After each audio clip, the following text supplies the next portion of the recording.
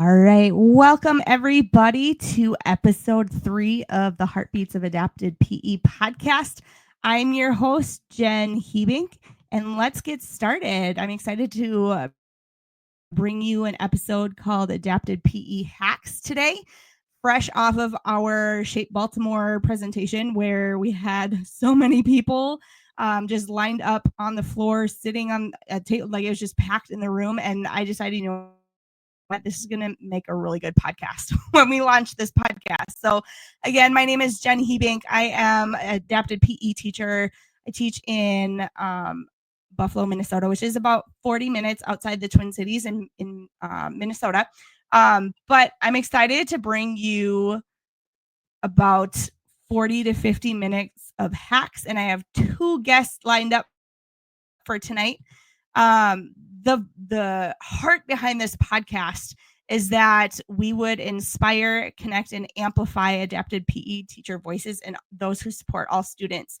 And what I love about this podcast is what it's doing. The name behind Heartbeat and like the meaning behind Heartbeats of Adapted PE is that we want to celebrate the heart, which is the storytelling, and the beat behind the daily rhythm of being an adapted PE teacher, and those who support all students. So OTs, case managers, parents, and just many more people who just feel like they need a little support, or maybe just feel like they need to feel connected in our essential field. So what I'm excited to bring you is just a great episode tonight, filled with things that you can implement in your teaching pretty quickly. And the guests tonight are going to help us do that. This is a not-for-profit podcast that will be released one time per month. And the way that this is happening is because we're sponsored. It's wonderful. And this is brought to you today by Fit and Fun Playscapes. And they are on X at Fit and Fun Play. And the fun thing that I have planned for tonight is that our sponsor is going to be joining us today. And I'm going to bring Pam to the stage. So here we go, Pam. You ready? Hey Welcome, there. Pam. Hello, Pam. Welcome to the show. Hi, thanks for having me. I'm so excited that you're here because I feel like we've run into each other in the past. When I was out at New York at their state conference, every time I walked by your booth, I just felt like we just like connected all the time. Like, oh, this is so good. Like you just knew who you needed to connect with. So I'm just so excited that you're here. And so this is our first hack of the night, which is Fit and Fun. And so, Pam, can you just give us a rundown of what Fit and Fun Playscapes is all about? Sure. We like to say we empower schools, parks, clinics, and communities to foster a culture of daily movement through cool, innovative, colorful, engaging visual experiences. Lots of movement, sensory paths, recess, playground stencils, fitness trails, really indoor, outdoor, and portable products.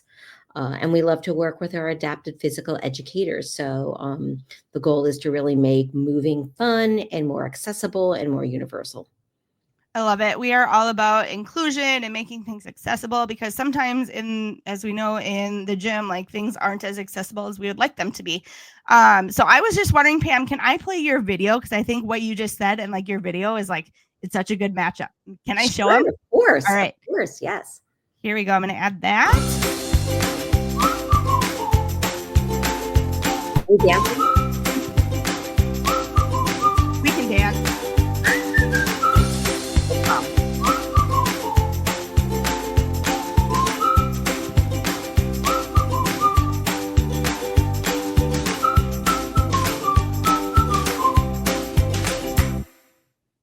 I love it. The music just makes us dance. Thank you. Awesome. So can you just share a little bit about how you landed in the business that you're in right now with Fit and Fun? Yeah. So I really came to launch and into movement with as a result of a volunteer project I did when my oldest son was entering school. I was asked to join the playground committee. I was already a member of the PTA, and actually for a year I was a PTA president. but I was asked to help paint the games out on the playground, and I fell in love with the impact. The process that was definitely a labor of love, and so I wanted to make it easier. So that's how I started. And then a few years later, that same son, I have 3 sons, by the way, and so that same son was diagnosed with ADD in the 4th grade. And I was told at the time by the principal that it's okay, that there's medication for that. And I was like, he's 9. Like, I'm not Yeah. there yet. Yeah. So, and I speak to a lot of parents about this, and they feel the same way. But so I looked at nutrition and had some success, but really physical activity helped him tremendously. It wasn't the magic bullet, there is none, but it really helped him. And so I kind of brought these 2 experiences together and started to make specific products and concepts to help all kids, but especially those that had trouble focusing in the classroom. I love it. I think so many of our students just have trouble focusing, and I think it's more than we think. But I love that your products are just so like visually engaging and like can be for all learners, whether you're like sitting, standing up, or in a wheelchair. There's just so many different ways that you can engage. So I love that. That's how you Thank landed you. here. Yeah. Thank It just, your heart is so big for that. So, when why do you think adapted PE teachers should invest in something like your play mats or just some of the different ways to engage in those games? Yeah, I think with our commitment to quality, sustainability, and accessibility, we have great success with adapted PE teachers really across the US. They're looking for products specifically designed to address the challenges that your kiddos have, but also appeal to neurotypical children. So Yeah. the fact that most of our products are developed with physical educators, specifically adapted physical educators, even more specifically with SUNY Cortland's Dr. Tim Davis, who teaches adapted PE and founded the Sensory Integration Lab. I think it just all underscores our commitment to the adapted PE world. We want to get it right. We want to do well. We want it to work and last. So I think that's one of the main reasons so many teachers, including adapted PE teachers, come to us. I love it. And I know like when I saw your products in the past, one of the things that I learned from other professors who have taught students with autism that I needed to learn was that we need to help our students with autism know where to place their feet with feet. Like where do I place my feet? Where do I place my hands? Where can I throw to? How can I make it visually attractive? And I feel like some of your products are just really good at that as well. Thank you. Teaching, yeah, even our friends with autism. So anything else that you want to share that you're thinking about or would be good for adapted PE teachers or just people who support all students when it comes to your mats or your products? Or what do you think would be good for maybe like a teacher who travels between 2 buildings?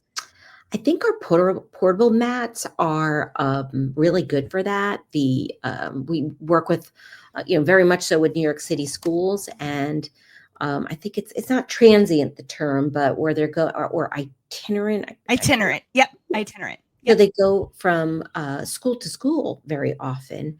And so to have something that kind of fits in a bag and you roll out is super portable, super important. I do want to say since January 1st, we have made, we anticipated some of the economic impact on schools, and we worked really hard. We really, sharpened our pencils and looked at some of inefficiencies on those products. So they have been significantly reduced in price since the beginning of the year. Just, it was our way to try to help the situation for everybody. So if you felt that those price points were too high in the past, we figured out a better way to do it, a more efficient way to lower the cost and pass that on to our customers. So pretty proud of it. What are your price points? Like what's your lowest and what's your most expensive? For the rollout mats, I think it's like around $40, and Okay. pretty good. We're getting a lot of great feedback. and a lot of thanks from that. And then the larger ones can be, $200 to $300. Okay. Awesome. So when you think of the different levels that teachers might teach, like itinerant teachers might teach early childhood, they might teach elementary, or just might be secondary. How do your products help each of those levels? I think that we've done a fairly good job of creating collections that span all those ranges and abilities, right? Because someone in high school doesn't mean that they have, that can vary, especially among kiddos with challenges.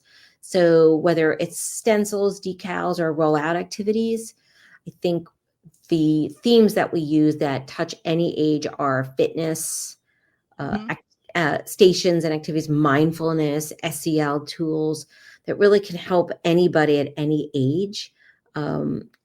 About 2 months ago, what we did was we made some updates to our website, so you can actually go on and filter by those themes as well as filter by those age groups. So you can, really find those quickly, and then we can customize any of our products in different languages or school spirit colors or mascots or messaging, really, again, to try to hit all those different ages and interests. Awesome. So give me an example. I know this wasn't in the agenda, but if you could pick your favorite rollout mat, what is one that's on your brain right now that you could share about? What does it look like? What's the point of the mat? What do kids do when they roll the mat out? Sure. Can I say two? Yes. Go for it. My favorite is our Daisy Hopscotch. She is one of our original designs. She is original to Fit and Fun Playscapes, and she's available in sticker, stencil, and rollout activity. So she's just a nostalgic icon for us. She's, we've just celebrated 14 years last month, which wow. So she's been part of the team. Daisy Hopscotch has been part of the team for a while. But I think in terms of teachers, especially physical educators, Copycat is probably one of the most popular. It's an interactive game. It's simple to catch on. And we bring it to pretty much all of our conferences and conventions and sessions because it's instantaneously interactive and fun. Everybody picks up on it easily. It's a good social cooperative game, to people just mimicking each other back and forth. We're actually looking to expand the different styles and designs of that, including a style for kiddos and chairs. Love it. I love it. And I always ask our guests, do you have any questions for me? Because usually it's just me asking all the questions. But if you want to ask me any questions, now it's your turn. I do. I know it's for some of us, like in New York, school's still in session, and it is for another 2 or 3 weeks, believe it or not, 2 weeks, maybe. Yep. Okay. But what is on your mind? What do you need for your students? What is the next school year? How are you feeling? And again, I know all teachers are just feeling exhausted right now. So that's my interest. That's my question of interest. Love it. So I feel like I've done so much the last year. I finished my master's program. I graduated. I did a bazillion things at Shape Baltimore, couple with our next guest. And it was all things that filled my bucket, but it feels so good to be on the other side and know that summer is here. I just finished on Friday. So I'm like, feet up. Woo! Yes. I'm feeling the stage. And I have no work to worry about. I'm just going on summer vacation. Awesome. And so I'm really enjoying just the last 2 days of just knowing that I don't have to do anything for anyone. This is my creative outlet. This is what I get to do now. So I'm really focusing on this. But as far as my students, I need them to go home and rest, and I won't see you for a little while. But when I come back, there are going to be some things that they need to rearrange at the middle school. I'm now doing 2 sessions of unified PE, which is students with and without disabilities together. So the full inclusion. So in my brain, I'm like, okay, I got a budget. I'm going to start thinking about some things that I can really engage with some of these. I think it's on my list. So I'm thinking about some play mats Foursquare one was one that I was looking at in your video. I'm like, all the kids in general PE all play Foursquare, and they go outside, they play Foursquare. When we have downtime, we're playing Foursquare. And so that Foursquare mat I saw in the video, I was like, ooh. Yeah. So let's talk about that one in a little while. But otherwise, I think I just need everybody to go home and rest and be away from school for a little bit, including myself. And just have a good time. I'm gonna take my kids to Door County in Wisconsin. If you've ever heard of Door County, it's like the thumb of Wisconsin. Oh, yes, yes. Yep. And then we're gonna go to the UP this summer. Oh, nice. I can't wait. Excellent. Yes. Thank you for asking me those questions. I love it. You're welcome. You're welcome. Awesome. So I am going to get ready for our second guest. So I'm going to say, Pam, just hang out and watch the podcast, and I'll probably bring you back at the very, very end to wrap up. But thank you so much for all the information, and we will put a link maybe to your company in our socials, and then we can kind of spread the word that way as well. Does that sound good? That sounds great. Can I say a quick thank you? Yeah. Can I thank everybody out there, all our customers who have supported 100% women-owned, made in the USA products. It really helps, and we are very thankful to you all. We love those women-owned business. Go us. Go you guys. Go women. All right. Thank you so much. You're welcome. I'll see you in a bit. Yep. All right. And I need to introduce our next guest, my next bestie. And the reason for this headshot, I'm going to read a little bit about Dr. Megan Johnson. Okay. So this brings us to the part of the podcast where I bring us to our second guest. She's one of my besties in Minnesota higher education field, Dr. Megan Johnson. And I need to describe to you what our friendship is like. Okay. So first of all, I am an absolute dreamer. Like, I have all these amazing dreams, and no idea how I get to where those dreams go. So like, no pathway. It's just like, oh, that sounds like something fun. Let's go do that. But I don't know how to do that without the details. Right. But Megan is the researcher, the detail person, and the brains in our MinDape friendship. She serves on the Minnesota Developmental Adapted PE committee with me, and that's where we first met. But we come together at DAPE conferences or any conference at all. We cannot get through the experience without me almost laughing until I pee my pants. Okay, that's the kind of relationship that we have. Or my jaw hurts or whatever, my muscles in my face hurt because we just laugh so much. And so this is bound to be a wonderful podcast because there'll be a lot of laughter, but also you're going to take a lot from this as well. We know how to work together, laugh together, and make jokes together pretty well. And we both care deeply about adapted PE teachers following best practice, being creative, and doing what's best for kids. Also, in doing so, I asked her to send me a headshot for Baltimore, and this is what she sent me as a placeholder for our slides. And as a result, she doesn't get to choose a different headshot. This headshot is coming with us wherever we present. Sorry, Megan.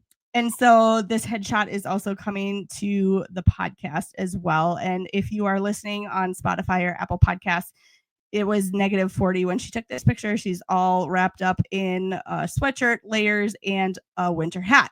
And she can describe more about that when she comes on, but everybody welcome Dr. Megan Johnson. Here comes Megan. Wasn't that the best intro ever? It was a good, my face hurts just from like sitting there laughing. Yes. Thank you for sharing such a wonderful introduction and my super awesome headshot. Yes, so good. Yes, that's 2 sweatshirts in that photo. Yeah, layered 2 up. sweatshirts. Yes, layered up. Oh man, you're so funny. So I just want to start by talking about Baltimore because we did a lot leading up to Baltimore. There's a lot going on there. That was like awesome. A lifetime ago, but it was so fun. Oh my gosh, it was and we did so fun. Much. So There's can you just share a little bit about what you remember about either the prep or like the time there or getting lost or any of that? Listen, the convention center is big and it has a lot of floors. And there was just a lot of rooms. And when you come off the escalator, you would assume that it would be in numerical order. It's right? not. And I can read Roman numerals. I know what they look like. And you can't put two behind one. Like it doesn't, like there's a natural flow Right. to things. And so was I lost or was it mislabeled? The world will never know. It could be, oh, I know. Yeah, Baltimore was wild, and it was such a great convention. There was so much information. Every time Shape puts something on, there's just so much to go to. It's just sensory overdrive. So that's what I love. The prep leading up to it was just great. You know, when you talked about in that introduction, you are a dreamer, Jen, and it's one of those things that like I don't want to say that like I don't have any ideas, but I don't. But I love. You did. but, but I love, did it. I love the details, and I love to, you know, I feel like I'm a good follower on a leadership team, and I love to make things, you know, happen and figure out the logistics, and so thank you for, you know, welcoming me into that role. I think it's, you know, where your strength is dreaming up huge ideas, my strength is like, all right, let's figure out how to make it work, and so. I think that's why we're such a good team. So the prep Yep. for Baltimore for us, to kind of circle back to your question, was just really easy because I thought that, you know, we just kind of naturally put things together in the puzzle pieces, and we made it work. So it was awesome. It was so good. Yeah. Mm-hmm. And we did 2 presentations together. Do you want to talk about the one that was about supporting student teachers real quick? Yeah. What I loved about that, so we talked about how we can support through experiential learning, you know, higher ed programs and placements, cooperating teachers like Jen serves in that role. And what do we need to provide students to welcome in best practices to be inclusive teachers in that general PE setting? And so, how do we kind of fuse adapted PE into what we're doing and offering in higher ed through our general PE education, teacher prep. And so we just want to welcome students into always considering themselves, you know, inclusive and ready to adapt and to modify. And so that's kind of what we talked about, which was cool. My lens is from higher ed and that teacher prep, and Jen's lens is from supporting in that cooperating teacher role. For students, which is such a pivotal role in any practicum, field experience, student teaching. That cooperating teacher and that relationship with the cooperating teacher is crucial. I still meet up with my from many moons ago cooperating teacher, and she was so important in my development as a teacher. So yeah, it was fun. It was a great presentation. I enjoyed creating it with you, good. and then talking about it because it's an important topic.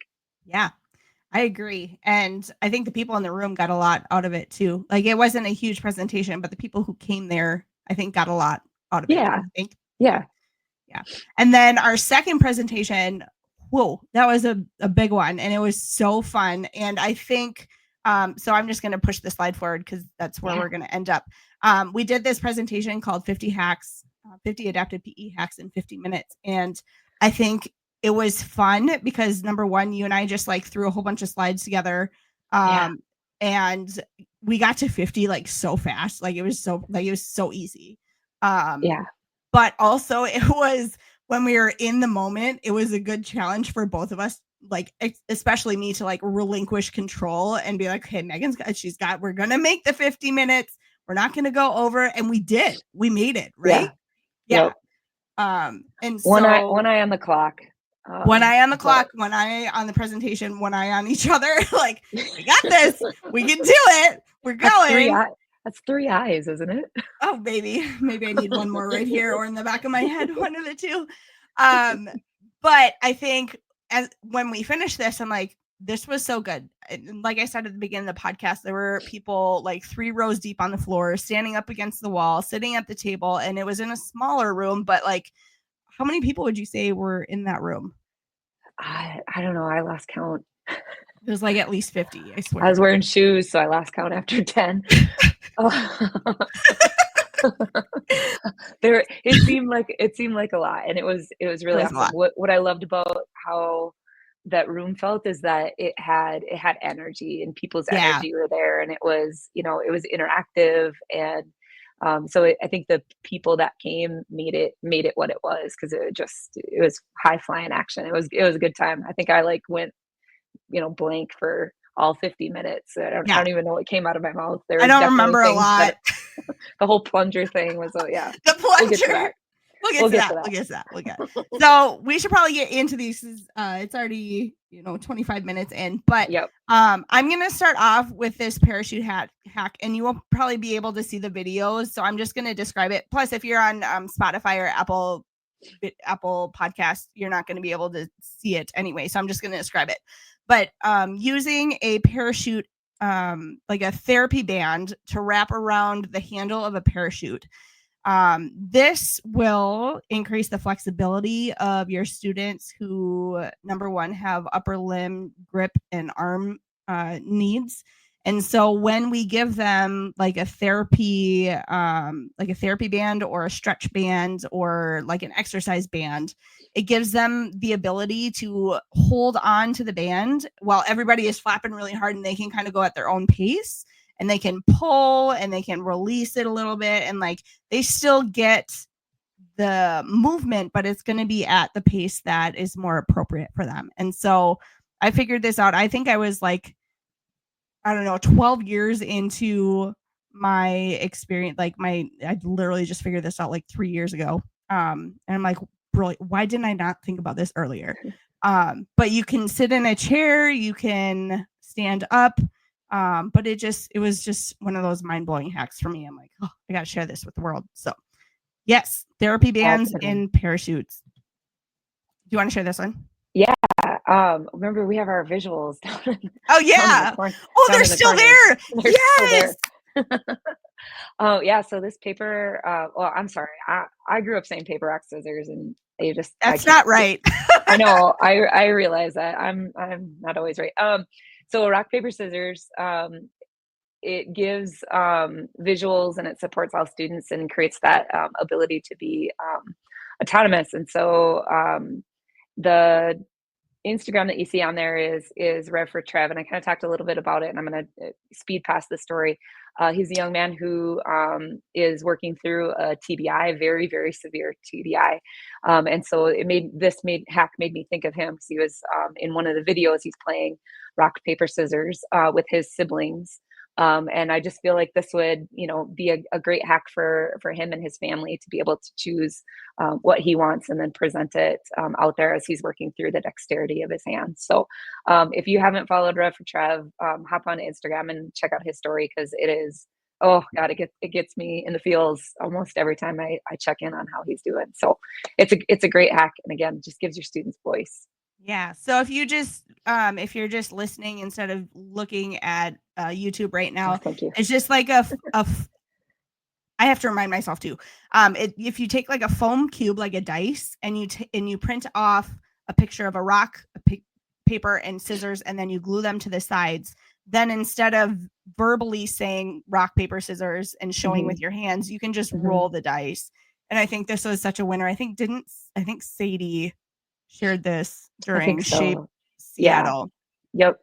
It was awesome. So, and it's cool because you can use it in so many ways. Like you can manipulate the dice if you know what you want. Or it can just be a rolled game where all kids roll the dice, right? And so now you create that level playing field where everybody rolls the dice, and it's not a couple kids choosing and one kid rolling the dice, everybody kids. So there's just so many ways to be inclusive and supportive. And allowing all kids to play. So it's a great hack. It's a super fun game. Okay, so you won't be able to see this, but there is a low hoop from Gopher, and it's on these amazing industrial rollers, like wheels. And so you can place this low inclusive accessible basketball hoop underneath your own basket, or like off to the side or wherever you're doing stations. And so it's the accessible basketball hoop from Gopher. I took the middle poles out because if you do all three poles, then it gets pretty high. But if you take the metal poles out and you just pound the heck out of it and get it like, it is the best basketball hoop I've used. And I used it so much this year. I think I purchased it in January and we pulled it out almost every day. So it was very worth my money to get these accessible hoops. So you can't really see it, but in the bottom there is a like circle where all the wheels are. They lock. They're great brakes. And then you have the top tier, which is the basket. So good times Awesome. there. Yes. Oh yeah, I'm the variety of objects person. I forgot. I forgot. That's you. You're gonna. Most of my slides are like, and then there's a variety of these things. So we talk a lot about universal design for learning, or UDL, within our courses at Morehead State. One of the things is, multiple means of engagement, and then here designing options for welcoming interests, and optimizing again that choice and autonomy for students. So we want to give a variety of throwing objects for students. We want something that they feel safe, empowered using, interested in. You might have some kiddos who are, really interested in frogs, and so why not pull out the frog beanies, or the turtles or whatever. There's different textures, there's different sizes, speeds. A beach ball is going to float a little bit differently than a regular soccer ball. With balls that have holes in them for gripping and textures. And if you can zing it along and throw it, why not use it to engage your students, and then let them pick. If I'm working on the just the steps of throwing, right? If you can't see me on Spotify, I'm doing a really awesome throw right now on camera. Totally. It totally just so fundamental. If all that you're working on is the skill and the fundamentals of that movement skill, it does not matter what your students throw. And so give them that choice, and now we're engaging them in a different way. So variety is going to be huge. You're going to hear me talk about it too much. A lot. Yeah. Nowhere in the standards does it say you need to throw with a softball or a football. It just says you need to throw, right? Yes. To a target or whatever it is. So choose the thing that you like to throw. Yep. All right. Dedicated poly spot hack. This is hack number 5 or 6, including the play mats that we were talking about. But I love using poly spots, as most adapted PE teachers and PE teachers do. But I had students that needed to know exactly where they stand. And using different colors for different, every single day was going to be just confusing. And so I put a name on the poly spot. I put his name on the poly spot, and what I saw was an increase of, okay, I know where I'm supposed to stand. I know where I'm supposed to go. And then I was able to bring the poly spot to a new place in the gym, or he would follow the poly spot when we were doing warm-ups. Someone would pick up the poly spot. We do dynamic, and he would follow the poly spot down the gym. We got him in a good rhythm where he would stand on his spot for warm-ups. And then we would do dynamic across the gym. And pretty soon I was able to take the poly spot away for those things. And so I saw just so much independence once he figured out the expectation and what he was supposed to do, where he was supposed to go. And so giving students a dedicated place to stand with their name on it was just super helpful for me. So maybe that'll help somebody too. It's also a place within the UDL framework, which is the multiple means of engagement. So just keep that in mind when you're thinking about kids who need to know where to stand. This kid was one that would just hide in the back of the bleachers. And I was like, what do I do? I don't know what to do. But giving him his name and where to stand just helped with the expectation with that. So maybe that'll help you.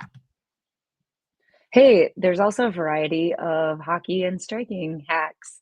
And so this comes from our friend, Central District Adapted PE Teacher of the Year, Justin Lund. And I think this is a photo from him. Is that correct? Yes. These are all the different striking and hockey. So a variety of ways to strike, or what to strike with. You could see one on the photo with kind of a foam end, more of a typical field hockey stick, extended blade on there. There's one where it looks like you taped a noodle onto the bottom of the blade, one where it's a little bit more wrapped in foam. So again, giving students that choice and autonomy to pick a stick that works the best for them. But then he also has a variety of things that students can strike as well, from the typical hockey puck to more of a hockey roller ball. He's got like a ring there, looks like maybe a disc, like a throwing disc, hacky sack, a gator ball. So anything that, works for students. And this is great for all students to be able to pick something that they are comfortable hitting.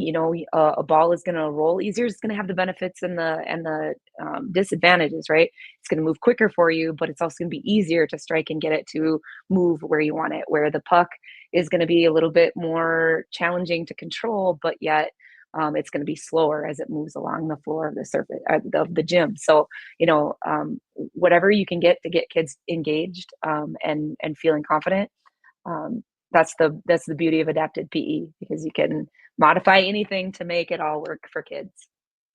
Yeah, and I remember Justin also showing a video, and this is maybe later, but I don't think we have it in our presentation, but he actually connected like jingle bells to the stick or to the ball in some way, so that our students with visual impairments could actually like hear when they would make contact. And so I was like, oh, that's really good too. We got some jingle bells coming up. Don't you worry, friend. All right.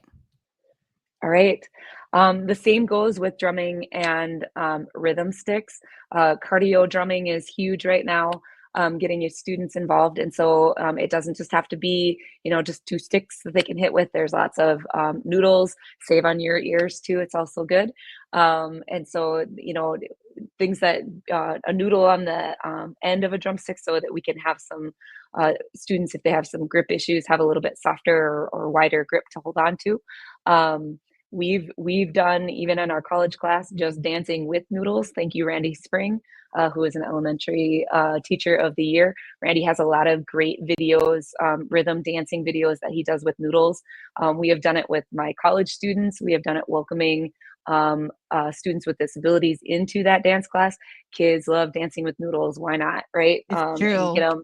It's awesome. So now you can take even Hack the Hack and cut the noodles into different sizes. And so if a student has a mobility issue of getting down to the ground to tap the ground, like you see the poly spot in this photo of Randy, if you can't tap all the way, now you have a longer noodle that you can get down and you can still tap the poly spot, like all of your friends. So there's just so many ways to just get creative. It's not one size fits all.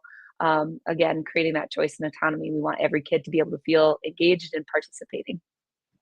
Absolutely. Love the noodles. Love noodles. For days.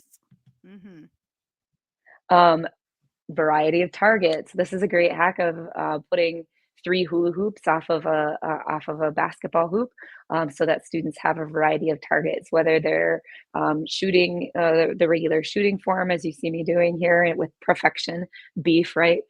Beef, balance elbow, eyes, and follow through. Or if they're doing like this in this photo, even something like a chest pass or a bounce pass, giving that visual target, differentiated targets for students to aim for. They don't all have to aim for the same target. They don't all have to shoot in the same hoop. Whatever is getting that fundamental skill down, let's scaffold it for students and get them feeling successful. For sure. Peanut ball hack. So we all know that there are therapy balls and we can do push-ups and sit-ups on therapy balls. But also understand that sometimes therapy balls, just the general circular ones, are really hard to stay balanced on. And so if we're looking for a little bit more stability, let's go for a peanut ball instead. It's just a different shape. And kids can go just side to side rather than all over.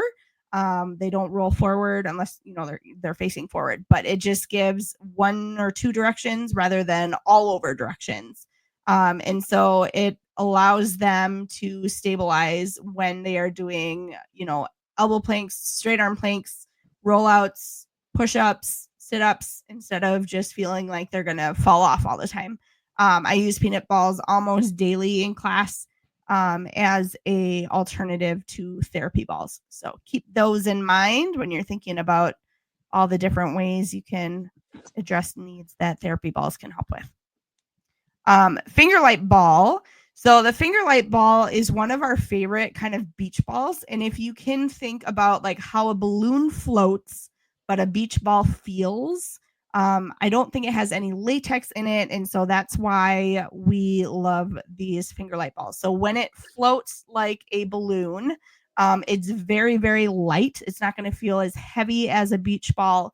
Those of us who use switchwork and send like beach balls with leaf blowers into the air for volleyball and such. These fly better than beach balls. And so just keep that in mind. This one specifically is about the size of a basketball, maybe a tad bigger. So yeah, they're my favorite. They're a little bit more expensive than a beach ball. So if you're going for money, just be thinking about that as well. But you can use them for beach balls, anything a beach ball would do. Or if you're going to do striking with rackets or whatever, just keep that in mind. Are those, can you reinflate them so they're not a one-time use like Yes, a they're balloon would not a be? one-time use. Nice. And That's actually, nice. I actually, let's go back to this because we're still talking about this. When I have inflated mine, I haven't had to reinflate them the last couple of years. Like they hold Special air air. really, really well. Yeah. So It's probably your special air. Do you blow maybe them it's up or do you my. have a machine? I blow them up. That's my air in there. I'm keeping them going. It's good. So who would want to release that? Nobody. I don't know. It's good special. This is the InReach Jingle Ball is awesome. Again, it has bells in it, right? Jen, you use these. And so students with visual impairment, a little bit better tracking and target. The pins on the side are, you can't really see how they work, but within the photo, but they were made by our friend Heidi Fisher. She drilled a hole into bowling pins and then tied them up on a rope and then put jingle bells around each of the pin. And so then she ties them up in her gym against the bleachers. And then students can roll any ball and then they'll bounce off the bleacher and they make a lot of sound and a lot of ruckus. And so what's cool is that you hear that I made contact with this pins and it just creates so much sound. And it's just really, really exciting to just see them all. And then you just kind of pull them back up on the string and reset them again. So you're not, picking up a bunch of pins, rolling around with jingle balls all over the gym floor. So it's really cool. It's really cool. I love the jingle pins. Heidi is so smart. Isn't she retiring this year too? Yeah, oh I believe so. We're going to miss her. I know. We're going to miss her. Okay. A variety of rackets. We can kind of move through quickly because we kind of talked about this, but yes, find different ways for your students to strike with a racket.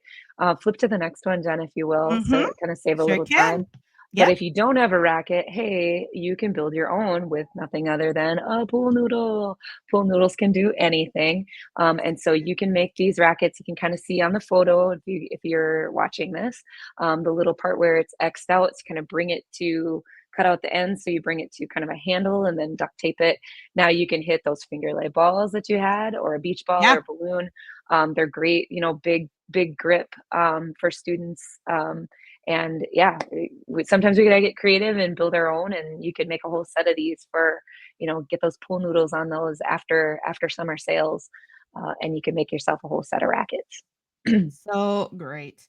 And that tube thing on the right side, what that is just a bigger like poster tube. So I don't know if anyone is familiar with like Special Olympics, all the banners that they send out for Champion Unified Schools, but that's where we got that tube, and it makes a really great like bocce ball ramp, or just if you can think of any other way to like launch a ball. Yeah, carpet we love using those tubes. Carpet tubes. Yes, those are great. And they make a cool sound too. Yep. I will say, like, I am more apt to not make my own equipment because I'm not like creative that way. So it is okay if you're not like that. But if you're a person that likes to just dig in and like be an engineer of your equipment, like Adapted PE is a very fun place for that. Magic School AI. So AI is going to be kind of big coming in. I think it's going to be kind of a big deal. Already kind of is. But if you need like a quick social story for a student, you can hop into Magic School. This one is an AI website that is made for teachers and school personnel. And so when I go in there, I have an account and I just say, I need a social story for a student who needs to walk safely in the parking lot from front doors to the track.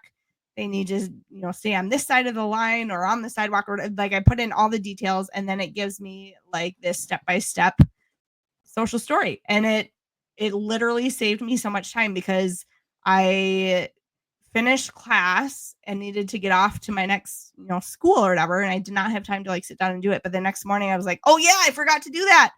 And I sat down and it was done in like 30 seconds. I like couldn't believe it. Like, okay, well, this is a good deal. This is a really good deal. So also just know that if you're in the special education world, you cannot use student names or personal information. So just keep that all confidential. Mm-hmm. And then chairs. Chairs are the easiest. One of my favorite hacks. I have a lot of kids that will just like lay on the floor. I don't know about you guys, but the floor is just like, I don't know, really, really comfy. I don't know. I mean, right? Like take a nap. Mm-hmm. But putting kids on chairs instead of like letting them go to the floor, at least we have our arms moving.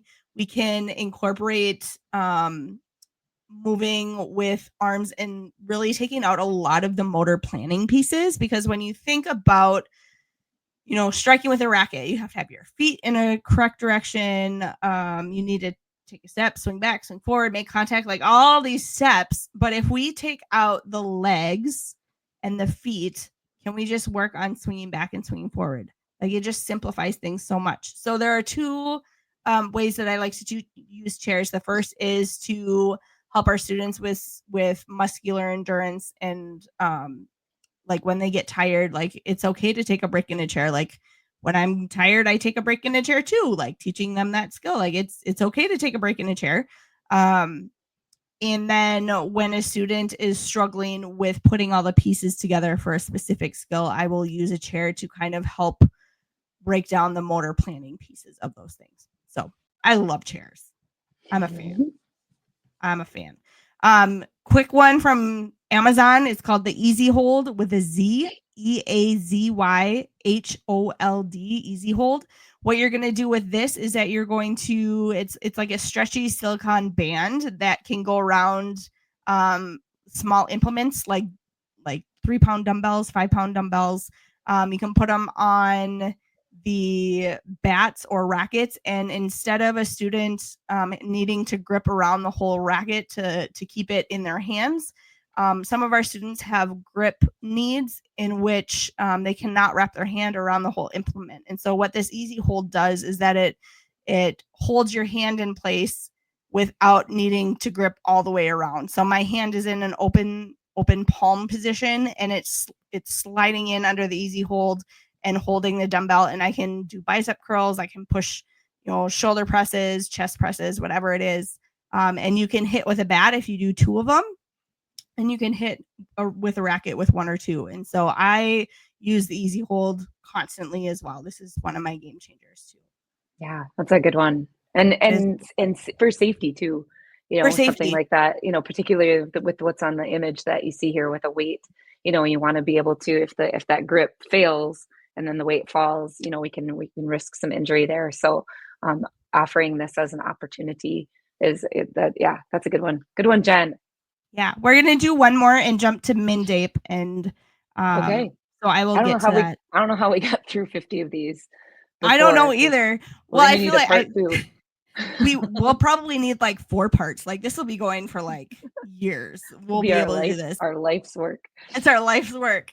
But okay, so this next one is getting into some of the assistive technology. But basically, if you have a floor fan, mine looks like the blowers when you walk into the building and the carpet's all wet or the floor's all wet. The custodians bring out the floor fans, they dry out the floor. So this is what it is. It's just tilted up.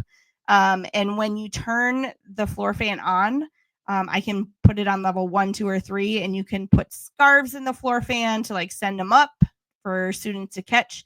You can also put small, finger light balls or small tiny beach balls to like have the students visually track and float the grab out. It's basically grabbing out of the air. So you're working on grasping, visually tracking, and then they can put it back in. So this video that I was showing was a student that I had that had a really hard time just interacting with others. But she would interact with this fan because number one, it felt good sensory wise on her face when she would put her face over the air. But also watching the visual of the scarves and everything, and the beach ball, she would grab the beach ball and put it back on and just laugh and giggle. And so we love floor fans in Mrs. Heebink's class. Mm-hmm. So I'm going to jump to the MNDAPE conference, and I might have to, these are so small, so I might just have to. Oh, I'll tell you what number. I'm Okay. looking. Do you remember? No. Do I remember? 33. 33. I got to go back a ways. Okay, hold on. Do. This is where that song, that super awesome song. Right?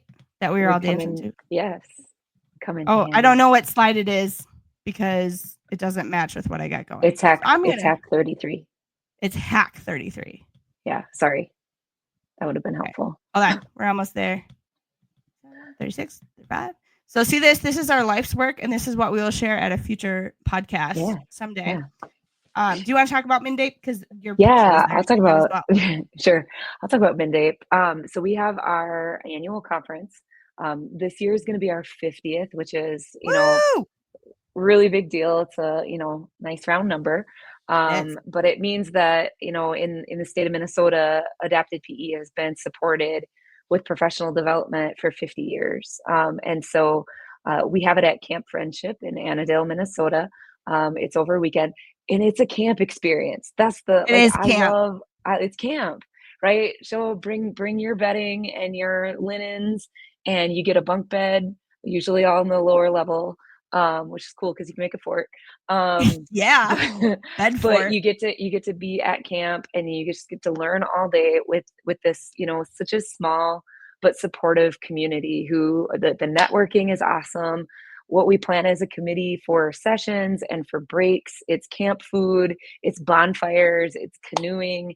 It's just such a good time. And that, I think it really fits with this podcast. The point of your podcast is that heartbeat of really just getting together and celebrating what we do collectively. And then just to share stories, things that have been successful and triumphant, and here's some, strategies and different ways to look and try things. And it's so supportive and so awesome. I love going to camp.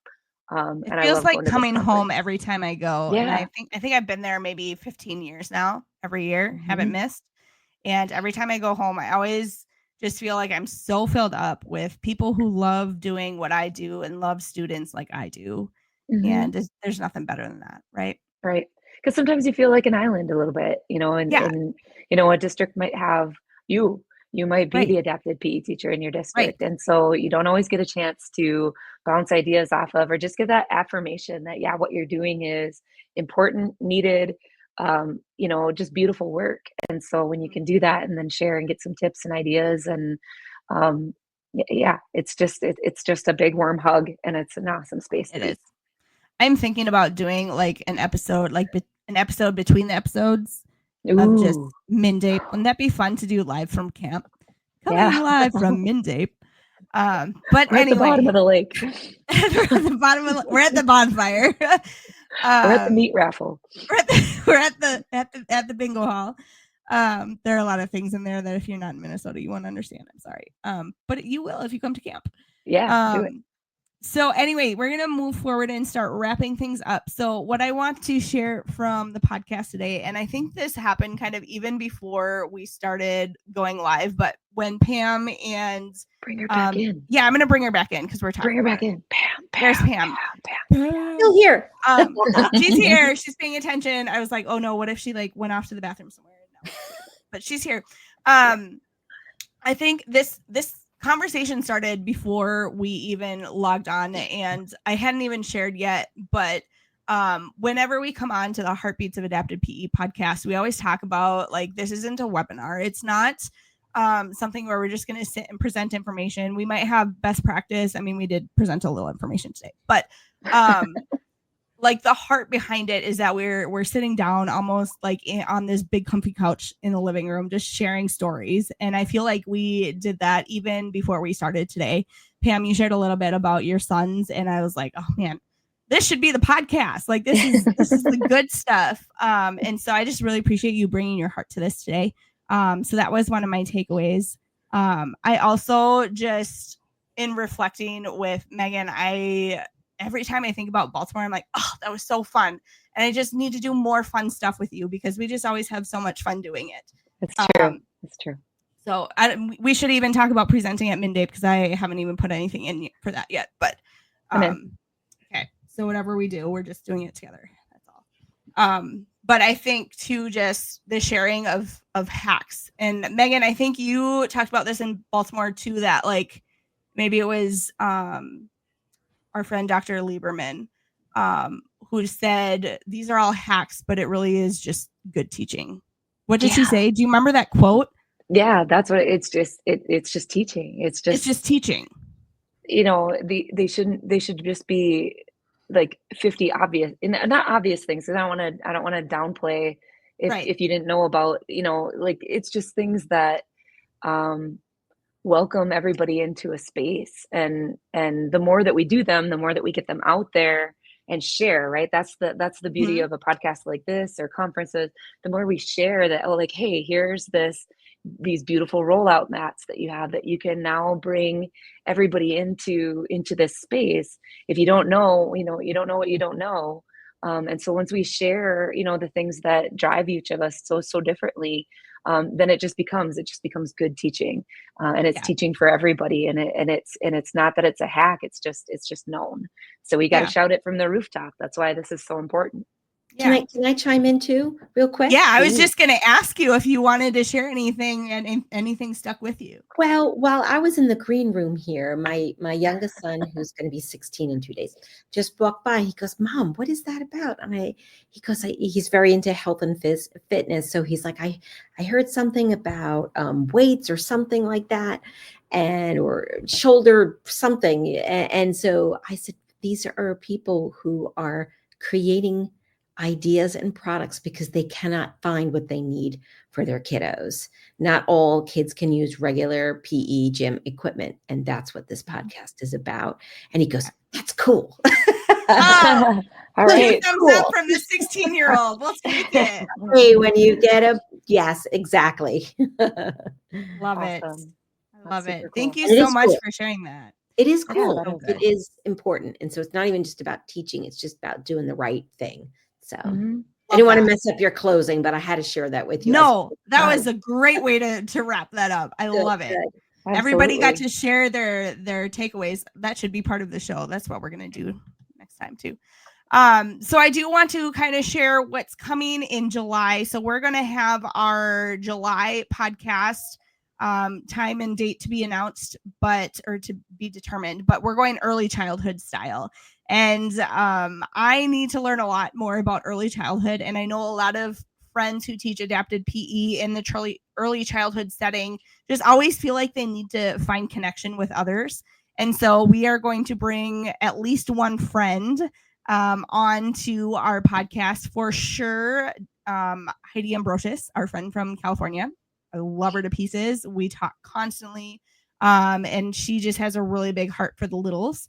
And I'm hoping to bring one more that's to be determined as well. But if not, it's just me and Heidi, and it'll be a great podcast. So I hope you'll come back for our July podcast. Thank you to both guests, Pam and Megan. Thank you to our listeners. And for those of you who are visually seeing the Heartbeats of Adapted PE podcast on YouTube right now, you're seeing this beautiful art piece. This was made by my colleague, Dr. Bryden Carlson Giving, who is an OT who will be coming on our show later this year. Both our OTs are going to be coming on, which will be wonderful. But he did this logo, and it's just gorgeous. When he showed it to me, I almost cried because I'm like, this is me in the logos. Thank you so much.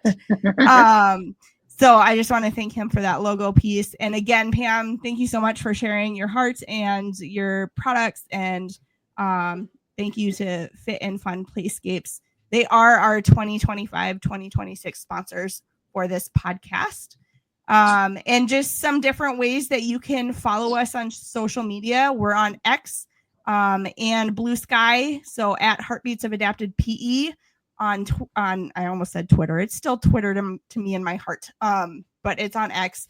And then Blue Sky is Heartbeats of APE at bluesky.social. You can always email us at heartbeatsofadaptedpe@gmail.com.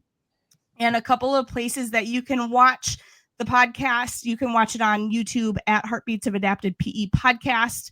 When you are looking for YouTube, so go to YouTube and search at Heartbeats of Adapted PE Podcast. And then shout out to Jordan and the Health and Physical Education Collective. Jordan does serve on my advisory board, and he has organized every event on the HPE Collective online. So be sure to catch those areas of where you can watch. And then also this is carried by Shape America on their YouTube. So you can check them out at it's youtube.com/shapeamericayt. So many different areas to catch this podcast. We are also on Spotify and Apple Podcasts. Those drop a little bit later, but episode 1 is definitely on Spotify and Apple Podcasts. I can tell you that episode 2 will be there soon, and I'm sure episode 3 will be there as well soon. But that is our podcast for tonight. I'm just really grateful for everybody who joined us and just sharing the heart and the beat of supporting all students. So thank you so much, and it is time to log out. Bye, everybody.